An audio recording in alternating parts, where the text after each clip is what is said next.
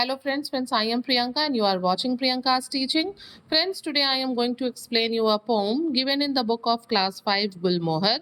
The title of the poem is Books and it is composed by Elnor Farzan.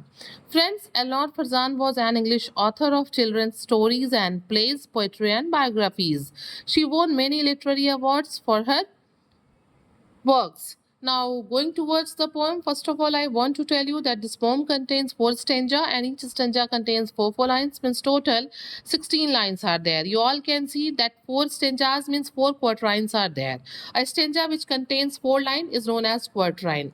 अगर हम rhyming words को देखें तो हम देख सकते हैं books rhymes with looks rise with eyes away with play and with friend page with age chair with their box with unlocks and covers with lovers. So we can say the rhyming scheme of the poem is AABB AABB AABB AABB यानी कि चारों stanzas में same rhyming scheme है. चलिए अब मैं सबसे पहले पूरा कविता पढ़ूंगी और after that I explain you the pome stanza wise. So please be with me and let's start. What worlds of wonder are our books as one opens them and looks.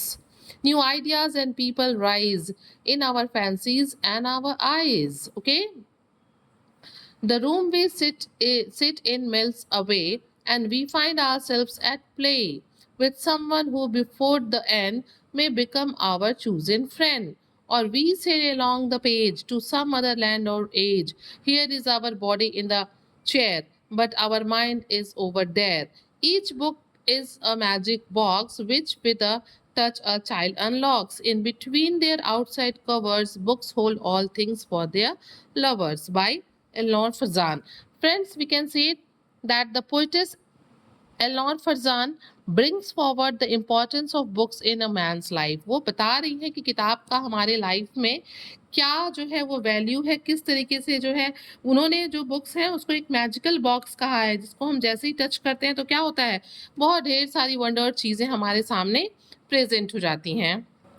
चलिए मैं अब आपको पोएम जो है stanza wise में explain करती हूँ. ठीक है.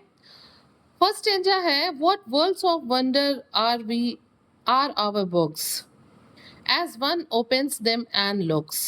New ideas and people rise in our fancies and our eyes.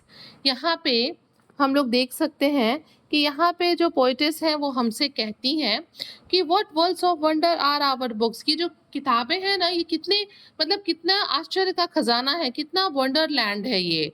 ठीक है, कितने आश्चर्य की ये दुनिया है कि as one opens them and looks, कि जैसे ही कोई बच्चा, कोई इंसान, कोई बूढ़ा या कोई भी जैसे ही बुक को खोलता है और इसमें देखता है, इसे पढ़ता है, new ideas and people rise in our fancies and our eyes. Fancies मतलब हमारी कल्पना में, हमारे इमेजिनेशन में जो है बहुत सी आइडियाज आ जाती हैं, नए नए लोग आ जाते हैं. मीन्स फर्स्ट स्टेंजा में जो पोइटेस हैं वो हमें ये बताती हैं कि जो बुक होते हैं ना वो बड़े बड़े वंडरफुल वर्ल्ड होते हैं. ठीक है, वो बड़ी अनोखी दुनिया होती है. जैसे ही हम किताबों के पन्नों को खोलते हैं, उनमें देखते हैं, हम क्या होता है, हम जो है एक इमेजिनेटिव वर्ल्ड में चले जाते हैं. हमारी आंखों के सामने एक नए नए आइडियाज और नए नए लोग जो है वो अपीयर होने लगते हैं.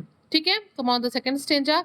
The room we sit in melts away and we find ourselves at play with someone who before the end may become our chosen friend. बड़ी अच्छी लाइन लिखी गई है.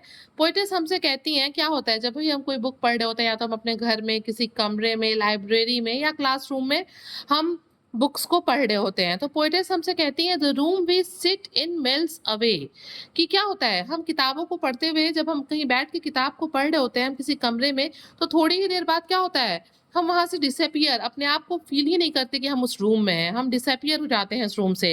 And we find ourselves at play with someone who before the end may become our chosen friend, कि हम जिस कहानी को पढ़ रहे होते हैं, हम जिस पोएम में पढ़ रहे होते हैं, हम उसमें इतना खो जाते हैं कि हम खुद को उस जिस चीज को पढ़ रहे होते हैं उसके कैरेक्टर के साथ खुद को खेलता हुआ पाते हैं, और जल्दी ही हम ऐसा फील करने लगते हैं कि उस पोएम का या उस चैप्टर का जो कैरेक्टर है वो हमारा फ्रेंड है. एक एग्जांपल से समझिए, मेरे साथ क्या होता है ना, जब भी मैं चैप्टर ईदगाह पढ़ती हूँ तो मुझे ऐसा फील होता है कि मैं हामिद की फ्रेंड हूँ या मैं हामिद के साथ बाजार गई, मेले में गई हुई हूँ. ठीक है, तो ठीक वैसे यहाँ पे पोइटेस कहती हैं कि हम जिस रूम में बैठ के पढ़ रहे होते हैं ना, हम वहाँ से वो रूम हम वहाँ से डिसअपीयर हो जाता है, हम वहाँ से डिसअपीयर हो जाते हैं और हम खुद को खेलता हुआ महसूस करते हैं। हम जो भी चैप्टर या पोएम पढ़ रहे होते हैं या जो कुछ भी पढ़ रहे होते हैं उसके कैरेक्टर्स के साथ खुद को खेलता हुआ पाते हैं और ऐसा फ़ील होता है कि जल्दी ही हम उसके क्या बन गए हैं?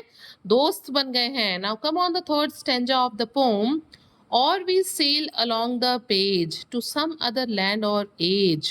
Here is our body in the chair, but our mind is over there. Means देखिए कितने अच्छे से पोइटेस ने कहा है। और we sail along the page, क्या होता है? हम कहानी को पढ़ते पढ़ते उसमें बह जाते हैं, उसमें खो जाते हैं। To some other land or age, हम उसी दुनिया में चले जाते हैं, उसी समय में चले जाते हैं, उसी उम्र के हो जाते हैं। मीन्स मैं जब क्लास 10th का एक चैप्टर है कुर्ग, जब उसको मैं एक्सप्लेन करती हूँ ना, तो मुझे लगता है कि मैं खुद भी वहीं कर्नाटक पहुँच गई हूँ। मैं खुद भी मसालों के जो है बागान में खड़ी हूँ। मैं खुद भी उस रेन को फ़ील कर रही हूँ जो कुर्ग में बारिश होती है। तो ठीक वैसे यहाँ पे पोएट्स बताती हैं कि जब हम किसी चीज़ को पढ़ रहे होते हैं, तो हम उसी पेज में जो है बह जाते हैं, उसी चैप्टर में बह जाते हैं और खुद को उसी जगह पे, उसी समय में, और अगर हम किसी पर्टिकुलर एज का मेन कैरेक्टर अगर हमारा बूढ़ा आदमी है, तो हम खुद को भी वैसा ही फ़ील करते हैं, बच्चा है तो खुद को भी वैसा ही फ़ील करते हैं। मीन्स हम उस कहानी में बह जाते हैं, खो जाते हैं, एक अलग लैंड पे दुनिया में चले जाते हैं, एक अलग एज का खुद को फ़ील करने लगते हैं। Here is our body in the chair but our mind is over there. हमारा मीन्स फिज़िकली तो हम अपने आप को कमरे में उस कुर्सी पे या लाइब्रेरी के सीट पे बैठा हुआ पाते हैं, but mentally we are somewhere else. मतलब क्या होता है कि उस चीज़ को पढ़ते-पढ़ते हम फिज़िकली कहीं और होते हैं और मेंटली कहीं और होते हैं। Now come on the last stanza of the poem. The poetess is saying each book is a magic box which with a touch a child unlocks. कि हर एक किताब क्या है? वो एक मैजिकल बॉक्स है।